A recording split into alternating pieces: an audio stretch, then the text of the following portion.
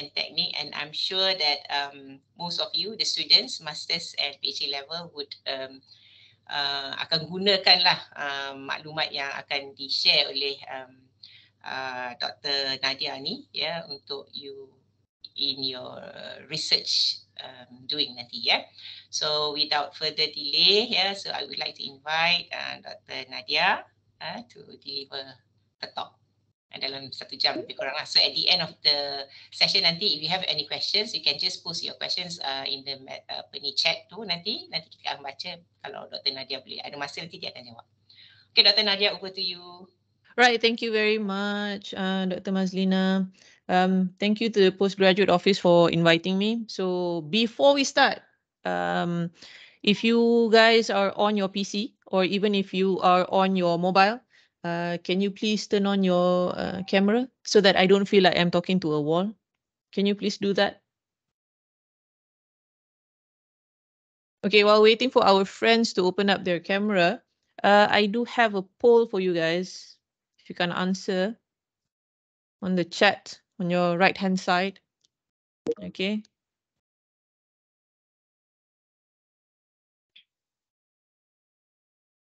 So do you guys see the poll? Is it possible for us to mute the coming in and out of the participants? Yeah, because it's popping up on my screen. Tak boleh doktor unless Tak diorang masuk boleh. menggunakan akaun UiTM. I see. Betul. I see. Okay, no worries then. Boleh kita tak boleh lock jugalah kan? Tak boleh block. Tak boleh. Tak boleh, doktor. Right. So no worries. Okay. So how are you guys feeling today? So before we start, just to get, just to warm up with the MS Teams, right? So that our talk today is going to be interactive. I only have about an hour to talk about sampling. Often it's not enough, but I'll try my best. Okay. So there are some parts that I may skip. But if you have questions, if we have the time, then definitely feel free to post it. Okay. Right. Okay, we're looking at only 10 responses over here in the poll. Okay, we have about like 20 participants right now. So where's 28? We have 28. So where's the rest of you guys? Can you see the poll?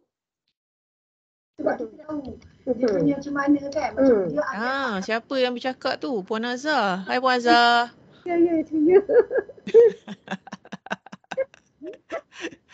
Right, so can you answer the poll first? Okay, so that I know that you are in front of your PC so that you can pay close attention. This is a very important topic. Okay, right. So if you're done with that, let me just share my screen. Okay, if you have questions, just feel free to stop me. Right.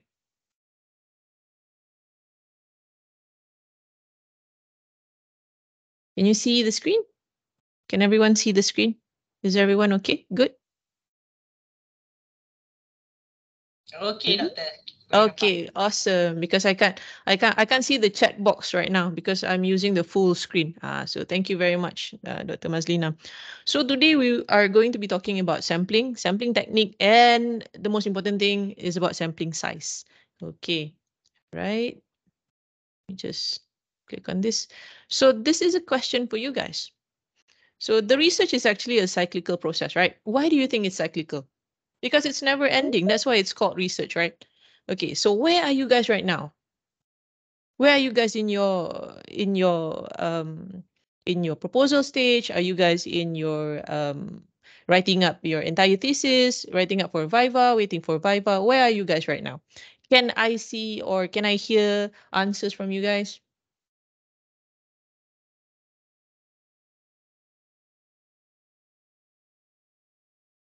Students, ada ke tidak ni depan PC tu? I know some of my students are also here. I think they have heard this in class, but I know that there are also research students, right? By research students who are not in class. So where are you guys right now in your research? I can't see the chat box, so if you can just open up your mic and you can speak up. Anyone? Come on, guys. I only have 1 hour. Collection, Doctor. Sorry? Is it data collection? So you're now in data collection, Rofiza, right? Yeah. Already in data collection. So you have already identified your samples and your sample size? But actually, I do for quali actually, Doctor. Even for qualitative, we do have sample size. Ah, Yeah, we do. We also have sampling technique for qualitative. So have you identified your sampling technique and sample size? Or you're not there yet? not there yet. Oh, not there yet. Okay. What about the rest of you guys? Proposal. Proposal stage. Have you write up your sampling design?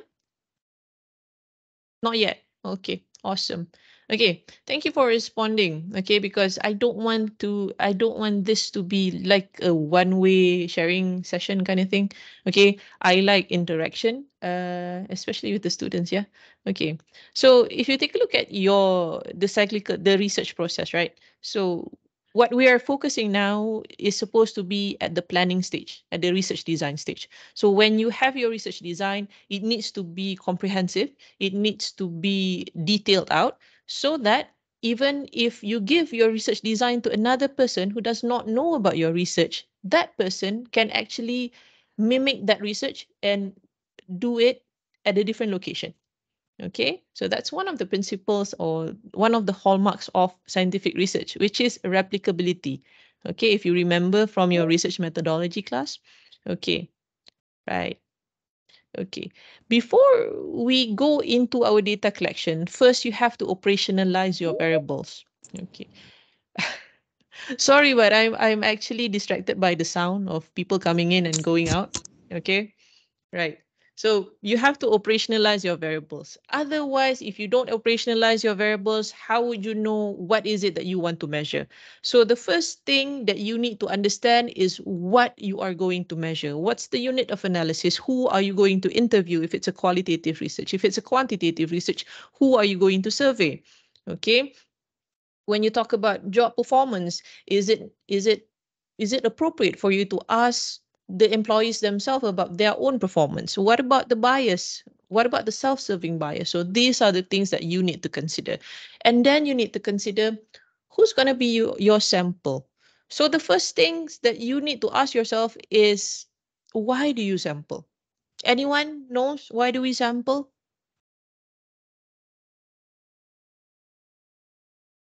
Anyone? Why do we sample?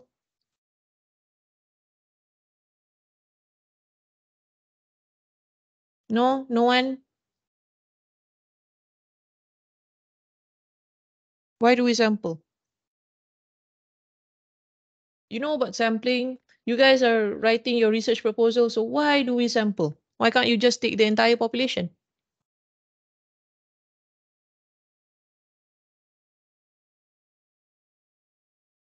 Ni petang-petang bulan puasa ni memang macam mana tu?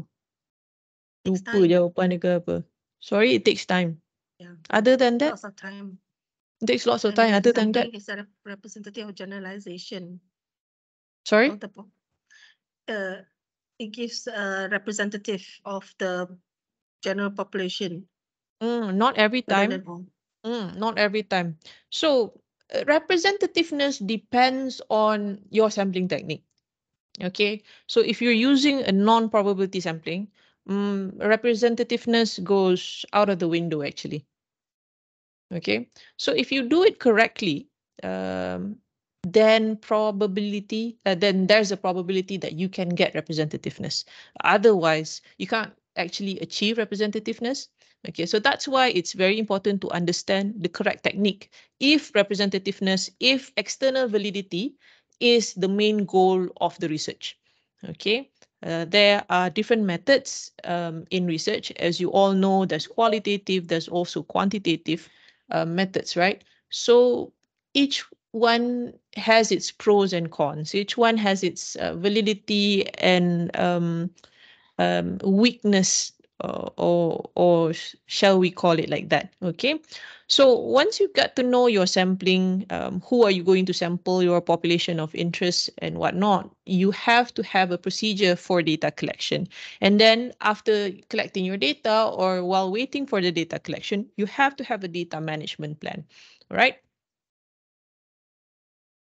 Let's talk more about sampling. So you need to define your population of interest. Who's going to be your population?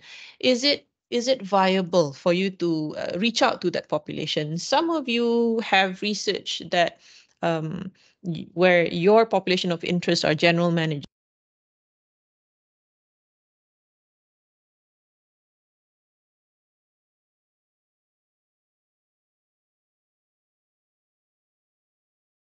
Sorry, doctor, you are muted.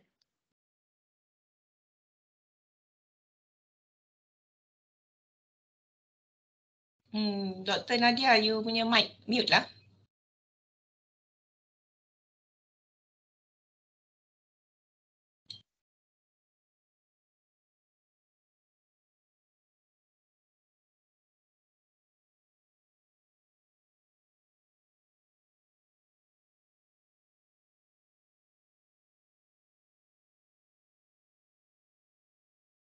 Hello, can you hear me now?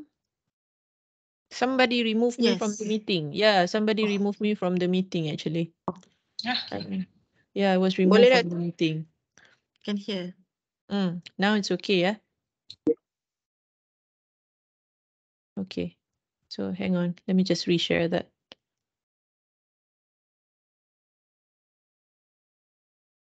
Okay, you can see my screen, right? Yes. Okay, awesome. All right. So first you need to define your population, identify your population of interest. Did I get cut off here just now? At the population, right? Yes, doctor. All right, awesome. Thank you very much. And then you need to define your sample, and then you need to identify your sampling method, which is what we're going to be talking about today. Okay, understanding your sampling method, you need to also identify the sample size, accessibility, and the time frame that you have. For most of you, you don't have a lot of time, right?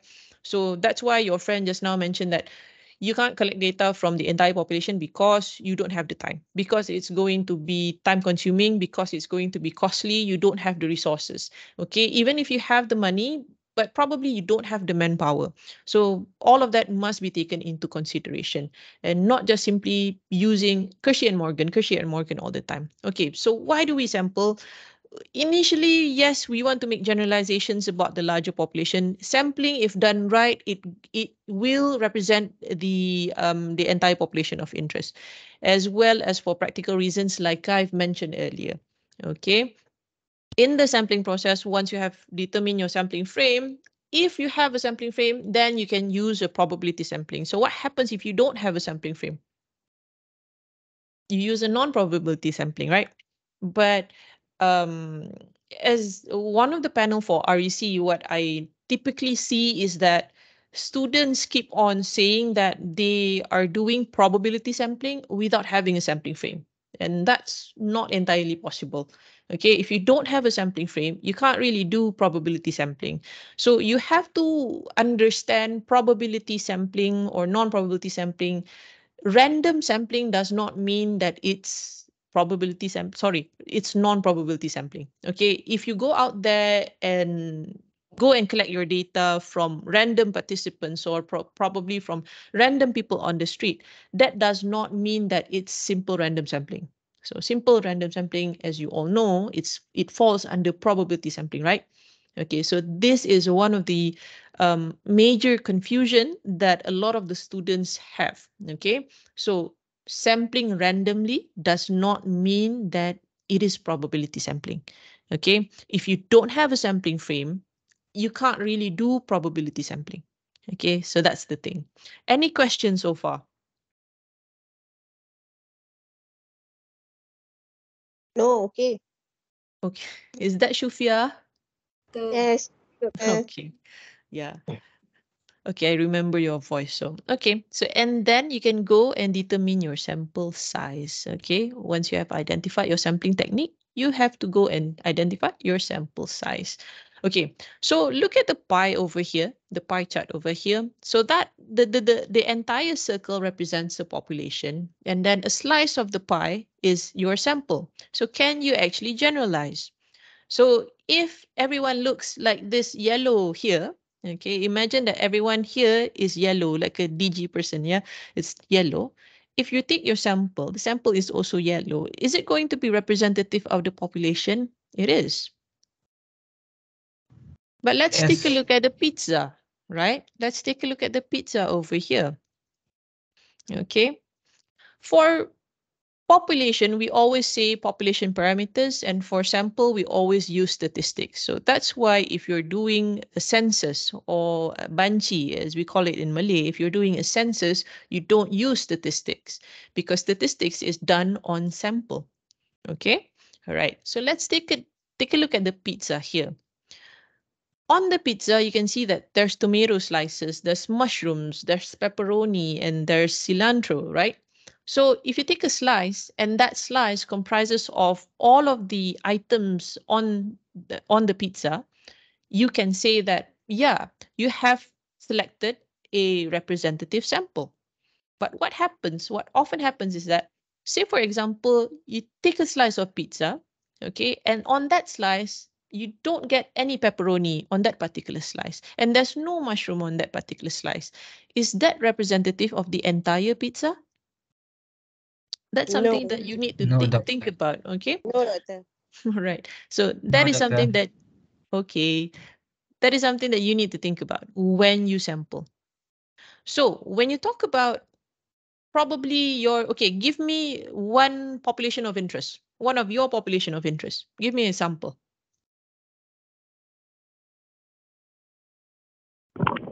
Hotel employees. Hotel employees, okay? So say, for example, your population of interest is hotel employees, and you only sample people from hotel employees in Kuala Lumpur. Do you think it's representative of the entire hotel employees in Malaysia? Is it going to be representative?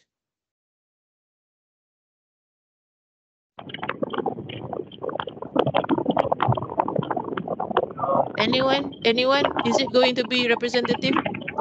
Your microphone is there's a lot of noise. No, doctor, Why not? because there are so many area that got hotel employees. And come to think of it, are the hotel employees in Borneo is the same with those in KL? Do they receive the same type of guests? Or the No. hotels or resort hotels and city hotels receive the same type of guests? Do they have the same shift? Okay, do they have the same benefit? So it's going to be different. So this is the thing that you need to think about. Another popular population are students, okay, UITM students. If your population is UITM students who are using, let me just throw an example to you, who are using UFuture. Okay, so we know that UFuture is a platform for UITM, LMS platform for UITM. We know that almost all of our students are using it. So if you only sample people in Puncak Alam, is it going to be representative of the entire population? Definitely not. Okay. So if you can take a look at the sample over here, that, for example, I have a farm, okay, and you have horses, you have chicken, you have piglets, as well as goats, okay. An unrepresentative sample will look like this. All horse. Okay, this is also another unrepresentative sample. We have horses, we have piglets, we have chicken, but what about the goats? Okay, a representative sample will consist of each and everyone in the population, but not everyone, okay, but each element that is present in the population. So that will constitute as a representative sample, right? In order for you to increase your generalizability or the generalizability of your findings, your sample must be representative, okay, which means it has to reproduce the variations that exist in the population. So one way to achieve this is through probability sampling. Okay. Probability sampling techniques, we have a lot of probability sampling techniques. But the main thing is that they need to be representative. They need to eliminate biases. They provide a more accurate estimation of the population of interest. It is based on random selection. So this is the keystone of probability sampling, okay? Random assignments. It also provides equal non-zero chance to everyone in the population of interest. So this is why if you don't have a sampling frame, you can't really use probability sample. Okay, so the types of probability sampling technique includes simple random sampling, includes systematic sampling. We have stratified or random quota sampling. We also have cluster sampling. So let's go over it. So I'm just going to go over this quickly. Yeah. Okay, so this is simple random sampling. One of the methods that you might be very familiar with, like for example, if you want to determine the order of presentation in class, so what you do is you do the lottery method, right? You put in numbers in a hat and then you pull that number from a hat randomly. So that is one of the simple random sampling.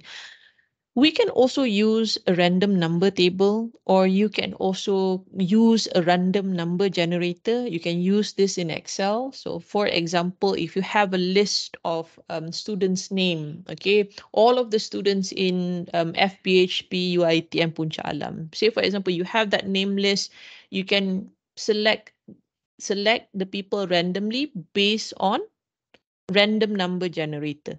Okay, you can use Excel and create a random number generator, and then Excel is going to churn out the numbers, and then you can pick it, and then you can cross-check it with the name list, and then you can select that person as your sample. Okay, any questions on simple random sampling so far? No questions? If you do have questions, please feel free to stop me. All right. This is systematic sampling. So systematic sampling, there's a system of selections. For example, you select the nth number of every nth person in the sampling frame. So for example, you can see on the slide, if we select every third, okay, every third is going to be 1, 2, 3. Okay, the person number 3 will be selected. 4, 5, and 6. Person number 6 is going to be selected. 7, 8, and 9. Person number 9 is going to be selected. So this is systematic sampling, which is very easy if you have a sampling frame. So now I guess you can slowly see and realize that if you don't have a sampling frame, it's really almost impossible to do probability sampling. All right, so this is stratified or random quota sampling. So under stratified sampling, people are groups homogeneously. Okay, people are being grouped homogeneously. For example, adult males, adult females, and then teenagers. And then based on that, you randomly select people from that pool or from that strata. Okay. Right? You guys okay? And then we have cluster sampling. So the difference between cluster and stratified sampling is that cluster are naturally occurring clusters. Okay, they are grouped together naturally. For example, if you're from Gombak, so people in Gombak is considered as one cluster. Okay, there's multiple stages of cluster sampling. There's single stage, two stage, multiple stage of cluster sampling. And then in cluster sampling, when they are grouped together, you will randomly select sample from those groups. Okay. There's no true moment of randomness in non-probability sampling technique. Okay. So let's go to the technique that most of the students will use, the non-probability sampling technique. Okay, we have convenient sampling, we have snowball sampling, we have purposive sampling, we have quota sampling. Okay, so what is convenient sampling? It is at the convenience of the researcher. Okay, if you go to KLIA and then survey people that come out of gate number 5, then you will approach them and ask them to fill up your questionnaire. That is convenient sampling, whatever that is convenient for the researcher. This is snowball sampling. So when do we use snowball sampling? Anyone? When do we use snowball sampling?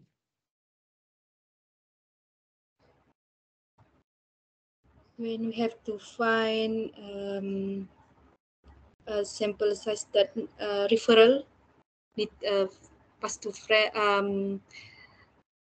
Why do you need to refer? Why do you need to use a referrer? Because have some only those people have experience or experts on that area. Right. Okay. We don't simply use snowball sampling. Yeah, we use snowball sampling for samples or populations that are hard to reach or hard to get. Okay. So you can't simply say, oh, I'm using snowball sampling for students in Puncak Alam, because students in Puncak Alam are so easy to get, so easy to tap, right? So an example of when you would use a snowball sampling is when you need sample that are how do you say this, from minority groups, for example orang asli. Okay, you need to sample orang asli with a specific traits. For example, if you would like to research on the cuisines of orang asli, then definitely you will have to ask people who actually can cook, right? Okay, so this you have to use snowball sampling.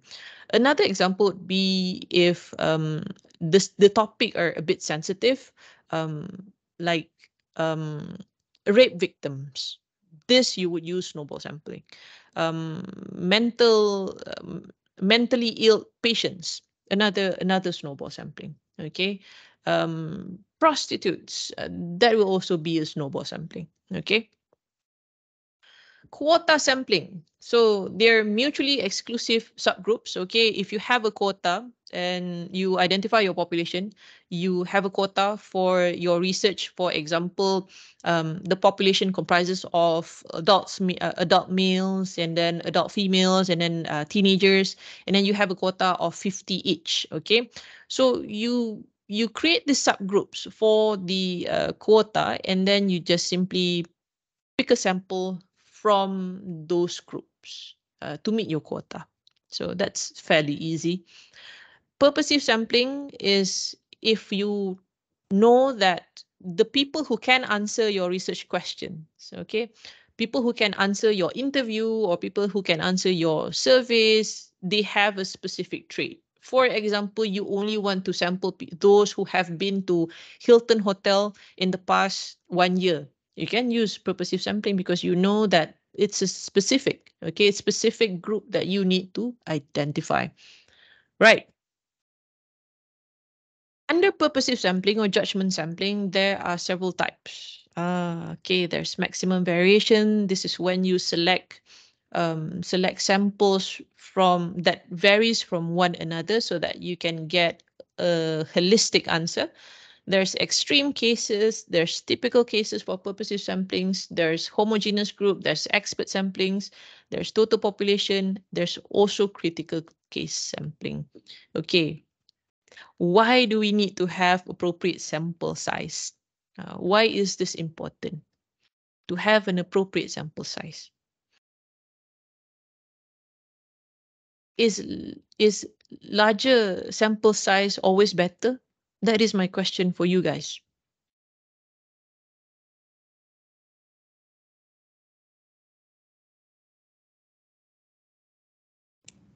No, doctor. Why not?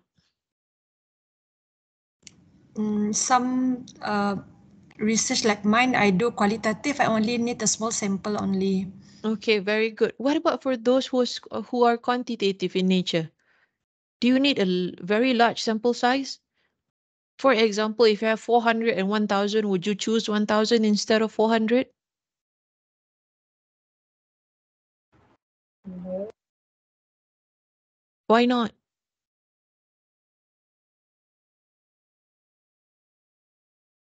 Why not?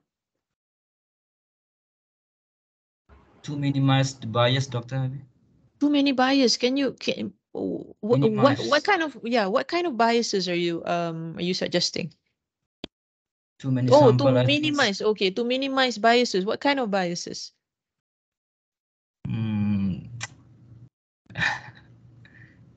bias.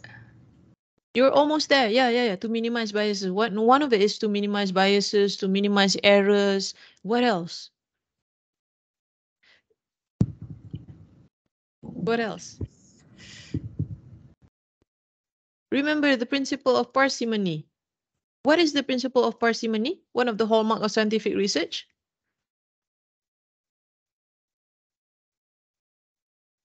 I'll get back to that later, okay? All right, why do we need appropriate sample size? It allows for sufficient power. What do you mean by power? Okay, it provides the desired level of accuracy. Sometimes having too much of a sample, it decreases your accuracy, okay? Also, you need it as a for the validity of a significance test. For example, if you have certain amount of variables and you want a certain analysis to be run, you have to have the minimum sample size required by that particular analysis so that your findings are valid. What happens if you don't have if you don't meet the minimum sample size? Your findings are rendered as invalid. So that's very important. Okay. What happens when it's too small? When your sample size is too small, you can't answer your research question. Okay, you will fail to answer the research question. It's going to give you insufficient power. It increases type 2 error. It also going to give you imprecise effects or association. What happens when it's too large? There's also another error that's increased, which is the type 1 error. Okay, when it's too small, it increases your chance for type 2 error. When it is too large, it increases your chance for type 1 error. What happens next? It is also very costly when your sample is too large and you will lose out accuracy. Okay. Tak boleh besar sangat, tak boleh kecil sangat, kena yang sedang-sedang saja. Right. So what is type 1 error? Type 1 error is false positive. Okay. Fail to reject the true null. Okay. What is null hypothesis? This is from your research methodology class. Anyone can tell me what is your null hypothesis? What is the null hypothesis?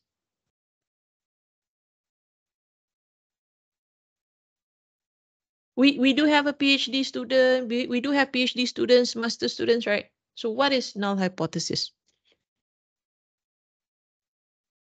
Macam hypothesis ni macam ibarat macam dia cakap statement yang salah. Ibarat macam dia cakap dekat yang lelaki tu, you are pregnant, macam tu.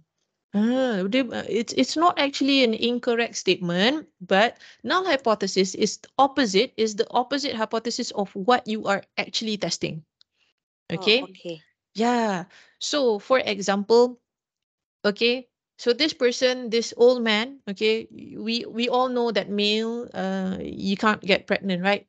So, if your sample size, okay, is too large, it increases the chance for false positive. See at the doctor, look at the doctor, he's saying that his patient is pregnant, while that is not true. But because you have a lot of sample size, you have a large sample size, then those association happens by chance.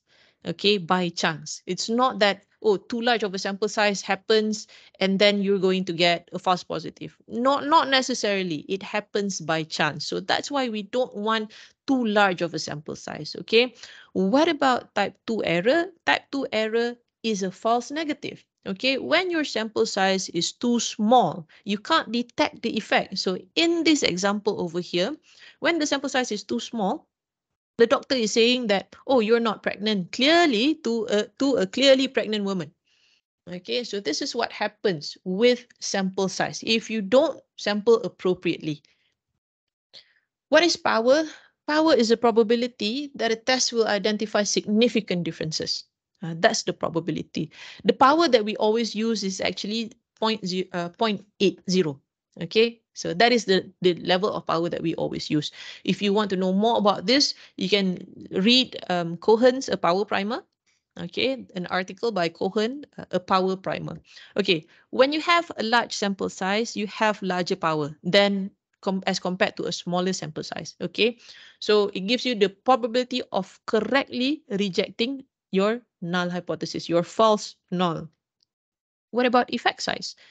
Effect size, nowadays, a lot of good journals will request you to include effect size. So if you're aiming to publish in good journals, you have to look at your effect size and be able to read it. It is not sufficient for you to only report the beta scores or the significant level.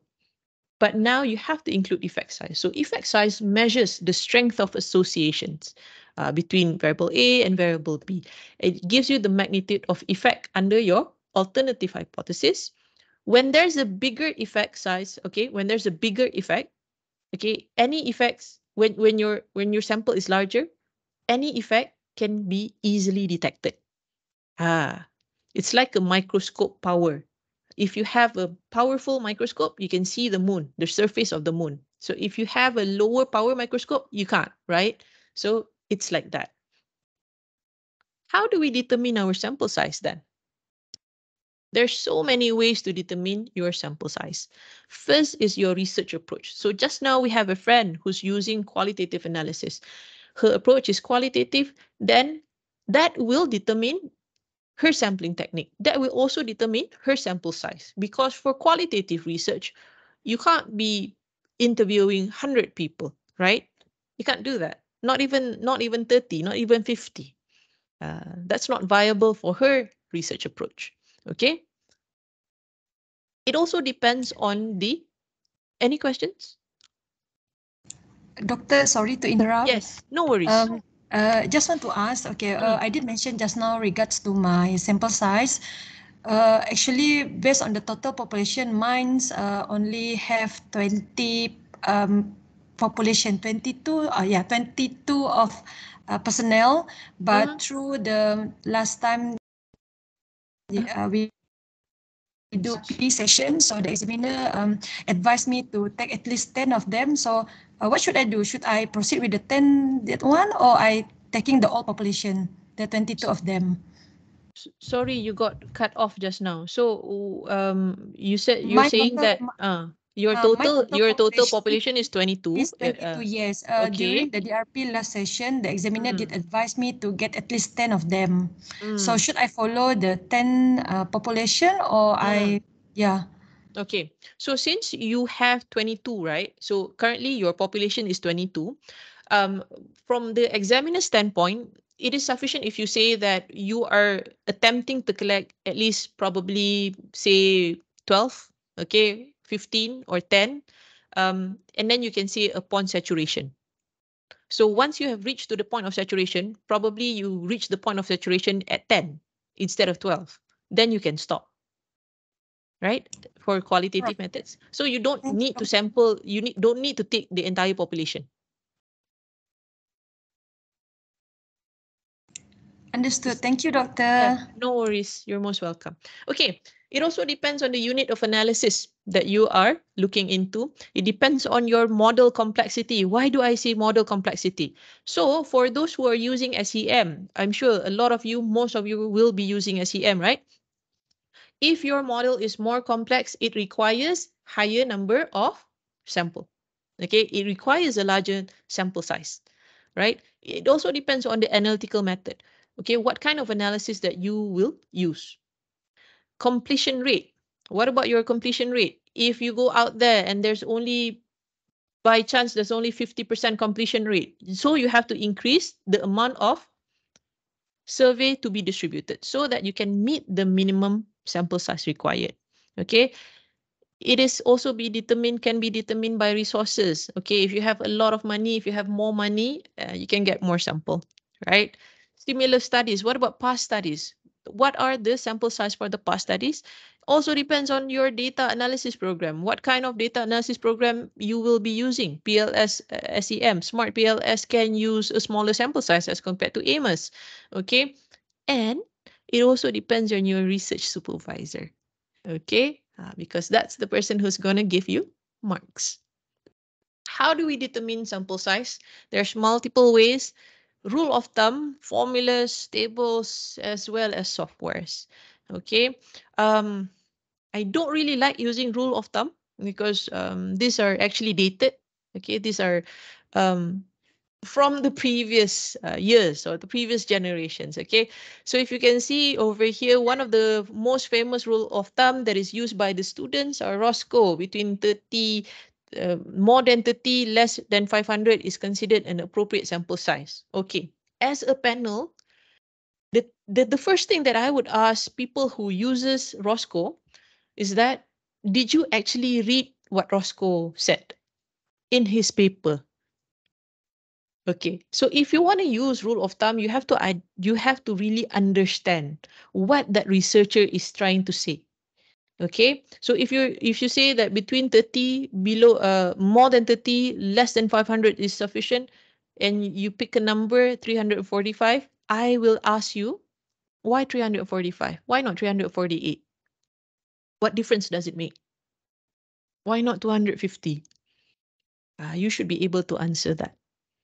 Okay. Another one is from Thomson. For factor analysis, you need at least 200 observations to run a factor analysis. Between 50 to 100 for simple regression analysis. This is by Hare in 2018. More than 100, preferably 200 for SEM. This is from Hoyle and Penter. More than 200 for Pearson correlation. So this is by Guilford. You can also use formula. There's Cochrane's formula. There's Lovin's formula. There's Cohen's D. Okay, Cohen's D is actually used as a base for a lot of software, as well as sample size tables. Okay, I'll show you later on. We also have another one from Tabaning and Fidel. This is for multiple linear regression, where your sample size is 50 plus 8m, where m is the number of factors, or your independent variables plus your dependent variables. From formula to table. So this is a table using Cohen's formula just now. Okay, this is a very good article. Please, if you're doing by research, or even if you're doing by coursework, please read a power primer by Jacob Cohen. Okay, so this is how you identify your sample size. For example, okay, I'll show you an example over here.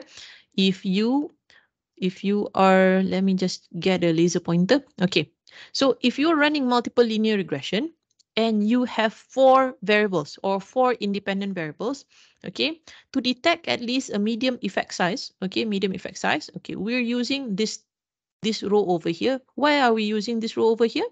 Because we're using, why are we using this table over here? Social Shufia, are you science. here? Sorry? Social science. For social sciences, it's the confidence level is at 95%, allowing for 5% error, 5% of error, right? So, okay, significance level is at 0.05. So this is what we often use. Okay, to detect a medium effect size, okay, if you have 4 independent variable, okay, your minimum sample size required is actually 84. It's only 84. But doctor, I have 300 something from Kershey and Morgan. We'll talk about Kershey and Morgan later on. Okay, it's only 84. Very simple. This is another sample size recommendation for PLS and SEM from Hare. This is primer for partial least square. The blue book by Joseph Hare. Okay, it is also adapted from Cohen. Okay, this is your favorite table. Isaac Michael, 1981. Also Kershey and Morgan, 1976. If you take a look at Kershey and Morgan, okay, just take a look at the title of the table. This is a table for determining sample size of a known population. If you know the number of population for a known population, okay, you can use this table. Okay, so if you say like, oh, my population is 2 million, then the magic number you always use is 384. But you have a very simple model where the minimum sample size required just now is probably just 84. Why are you collecting 384? Why? And what's worse, if you're using a non-probability sampling, because as you all know, a non-probability sampling cannot be inferred to the larger population, right? It lacks generalizability, right? A non-probability sampling. So why are you trying to infer sample to the population if you're using a non-probability sampling? That is something for you to think about. Okay. You can also use a calculator. So the basis for G power is using Cohen's D, actually. You can input what kind of test family that you want, and then you can run you can choose the statistical test, and then you can determine the sample size. You can also use Rausoff. I don't favor Rausoff. I prefer to use GPower, right? Because Rausoff has a lot of what do you call that? There's room for questions. Okay, for example, over here, if you don't know your sample size or if you don't know your population size, use 20,000. Where does that come from? Okay. Okay. So now you know how to calculate the minimum sample size required. Do you know how many surveys or questionnaires that you should distribute? Say, for example, just now we said that for a model comprises of 4 independent variables, right? Your minimum sample size, if you're running multiple linear regression, your minimum sample size would be 84. How many surveys or how many questionnaires should you distribute? How do you calculate that?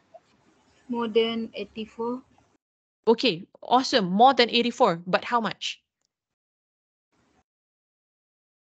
100 or 90. Okay. In research, we can't say 100 or 90 without any justification. Okay, always remember this. In research, you can't say anything without a justification. There must be a justification. Okay, say for example, if your minimum sample size is 84, right? But your response rate is only 50%. How many surveys should you distribute actually? In order for you to secure that 84. So always remember that there's going to be attrition. There's going to be people who are not going to complete the questionnaire. There are going to be people who will not return the questionnaires to you, okay? Or probably give you a survey with a lot of missing values. Okay, so how many surveys should you distribute? If your response rate is only 50% and your minimum sample size is 84. Anyone? Maybe 200. Maybe 200. Cannot say maybe lah. Okay. So if your minimum sample size is 84, right?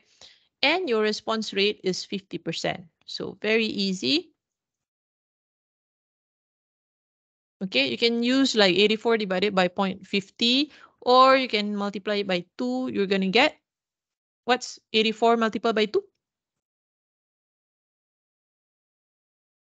168. So you have to distribute 168. Okay, at a 50% response rate, you will get 84 only. To be safe, distribute more than that. Like our friend mentioned earlier, distribute 200. Even if your response rate drop a little bit, you're still going to get 84. This is the number that you need in order for you to run your analysis. Okay. Any question?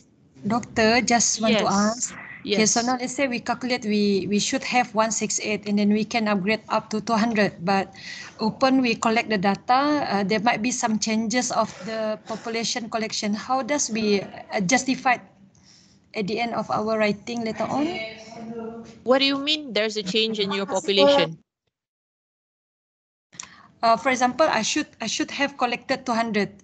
Okay, and then but towards the end of my data collection, I only get 150. So I have 50 missing data on that one. So how should I justify during my writing later on? Okay, but what's your minimum sample size? Or still refer back to what is my Yes. minimum sample Correct. size? Correct, Mira. So basically, if you manage to collect 150, but your minimum sample size or sample size required is only 120, there's no issue. So you're just going to say that you distributed 200 and only 150 questionnaires are considered usable. Okay, and that meets the minimum sample size of 100, 84, 120. Okay, state your minimum sample size. As long as it meets the minimum sample size, you're good to go. How about we don't meet the minimum sample size? Should we extend our collection period or? Definitely cannot. Okay. So this is something that you can't do, which is not meet your minimum sample size. So it's like saying that, okay, the minimum sample size is 100. I only managed to collect 80. And then let me just run the analysis. No. you have to go back and recollect your data. You have to meet the minimum sample size. All right, noted. So Yes. that one will be when we do our justification later on, we need to clarify what are the issue arise during our data collection, right? Is it justified or we don't? Personally, I don't see that's one of the requirement. I mean, like, it's justifying like, oh, we can't get on the first round of data collection, we only managed to get 80, and then we extended our data collection to get the minimum sample size required. That's not an information that I want to know as a panel. Like, okay, sure, you had some challenges during your data collection, but the most important thing that I want to know as an examiner is that did you meet the minimum sample size? Okay, thank you, Doctor, for clarification. Okay, no worries. You're most welcome. Any other questions? Hi, Doctor. Hi. Doctor, I have a question. When you talk about the response rate just now, the 50%, so is maybe I missed it just now, but is that something that is determined by the industry, by a certain standard, or where Okay, that is, so where do you get that figure is from past papers. Okay, so some of the fields out there, they have an industry standard. You can just simply Google the response rate for marketing. You can simply Google response rate for tourism. Sometimes it will pop up. It's going to give you a number, or you can also use information from past research, which says or which states, well, the response rate for tourism and hospitality research is only 75%. Then you can use that. Okay. All right. You're most welcome. Any other questions?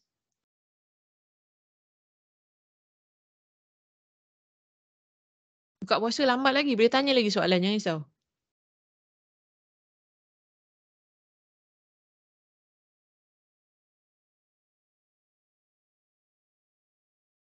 Any other questions, guys? Yes, doctor, I have a question. Yes. Okay, let's say if I'm using G power, right? How I want to justify that why I use that that method, because there's another method also, but because previous research I can see that they're not using G power yet. So how I want to justify it, doctor? You justify it based on the analysis. So when you use G power, you have to identify your analysis, right? So once you have identified your analysis, say for example, it's going to be regression or ANOVA, then input it in G power and it's going to calculate it based on your model. Okay, your number of variables, your confidence level, your effect size, as well as power. So those are the justification for sample size. Using G power. Yes. Okay, thank you, doctor. You're most welcome. Doctor, how to calculate sample size of an unknown population? Oh, I just shared with you the ways to calculate sample size of an unknown population.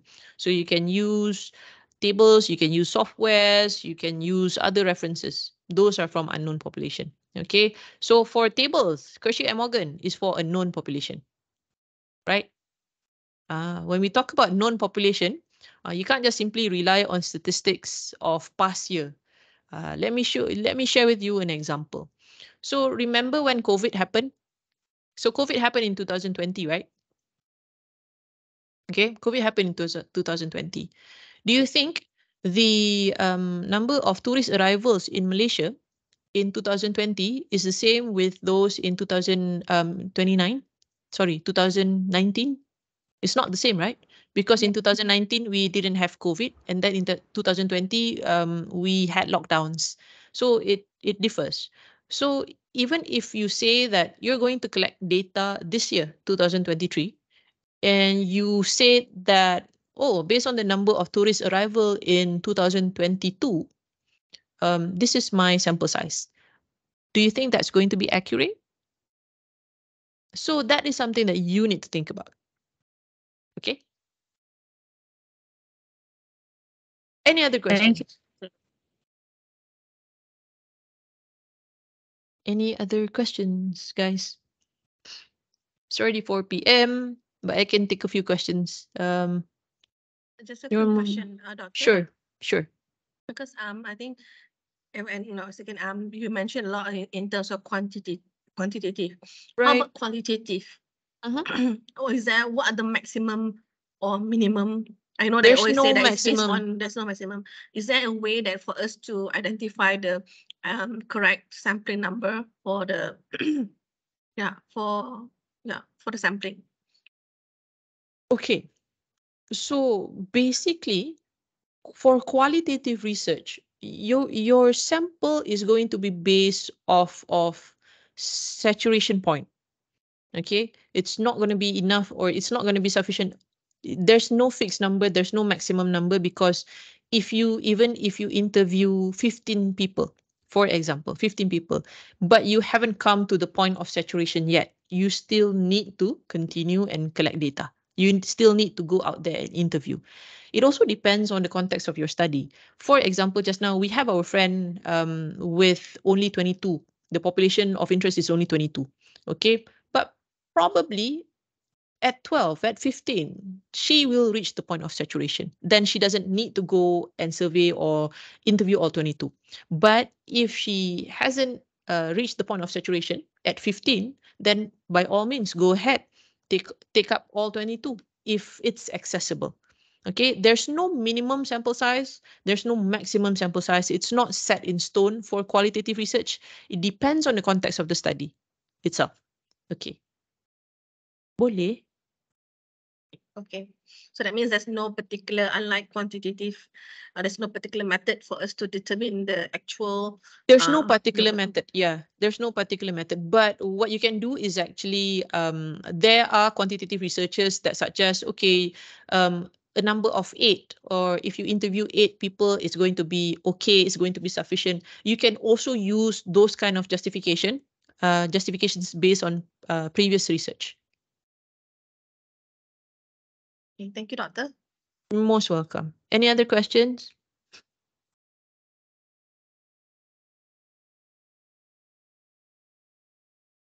Any other question?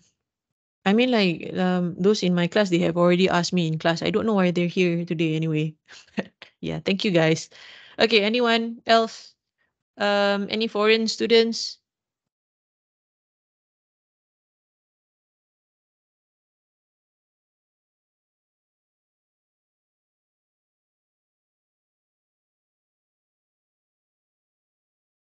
If there's no questions, I'll pass it back to Dr. Mazlina. Thank you very much. Okay. Thank you so much, Dr. Nadia, Thank you, Doctor. Thank you. Okay, Thank you, Doctor. for your insights, on specifically on the sampling, sampling and population, determine the sampling size, Saya pun belajar ni, doktor ni, Okay, I hope the seminar has benefit to all of you, the students, memang sangat-sangat berguna. Before we end, mungkin kita nak tangkap gambar sikit, boleh tak on all your cameras so that we can take a picture? Students? Semua dah pergi bazar tu, doktor. Mas, nanti tolong tangkap gambar, Mas. Okay. Okay, the rest of you?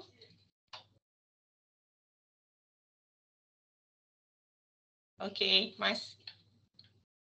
Okay, boleh ready Okay. 1, 2, 3. Okay, terima kasih. Okay. Thank you. Okay, again, thank you again, Doktor. Jangan serik nanti the next webinar, insyaAllah. Okay, see you all again in the next webinar, Okay, Thank you. Assalamualaikum. Bye-bye. Salam warahmatullah. Thank you. Thanks. Bye-bye. Thank you. Bye. Thank you, Doctor. Thanks. Thank you, Doctor. Bye-bye. Thank you. Amir dah siap-siap nak pergi bazar ke, Amir? Ada, tadi jumpa supervisor kat Puncak Alam. Ni on the way balik lah. Sambil mendengar tu. Semangat. Okay. Baik, elok-elok, Meh. Drive, Okay, thanks everyone. Okay, Assalamualaikum.